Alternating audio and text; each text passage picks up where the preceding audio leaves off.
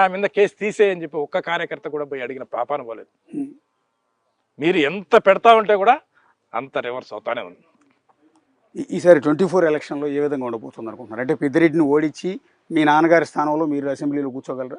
బ్రహ్మాండంగా తెలుగుదేశం క్యాడరు ఇప్పటికే పూర్తిగా అనేక రకాలు పెద్దిరెడ్డి మీద అనేక రకాలమైన అనేక ఇబ్బందులు పడి ఎన్నో 20 సంవత్సరాలు ఈ నియోజకవర్గంలో ఒక మోనోపోలీగా వ్యవహరిస్తానండి.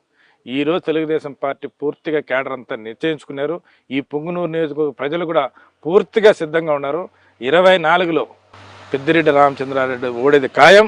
తెలుగుదేశం పార్టీ పుంగనూరు నియోజకవర్గంలో జెండా రెగపలాడడం 100% ఎగురుతుంది తెలియజేస్తాను. యాక్చువల్లీ పొంగునూరు అడ్డా అంటే చల్లా కుటుంబం ఉంది కదా, నిజానికి పెద్దిరెడ్డి తర్వాత గెలిచాడు. వాస్తవానికి మీ నాన్నగారి మీద ఆయన ఓడిపోయాడు మొదట. అప్పుడు బైఫికేషన్ అంటే పుంగనూరు అప్పుడు లేదు, పీలేరు ఉంది. పీలేరు, ఓకే.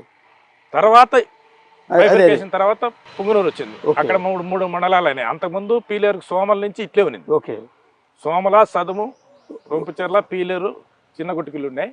అప్పుడు మా ఫాదర్ పెద్దిరెడ్డి తలపడినారు. మా ఫాదర్ చేతిలో ఓడినాడు.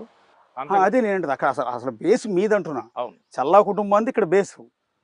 కానీ ఆ తర్వాత ఆయన వరుసనే గెలవడం అంటే ఈ బైఫికేషన్ కావడం, నియోజకవర్గాలు పరిధి పోవడము, నాకు మళ్ళీ కంటిన్యూగా టికెట్ ఇచ్చే దాంట్లో 1-2 దాంట్లో కొంత ఇబ్బందులు రావడం, అతను మళ్ళీ రాజకీయంగా అంత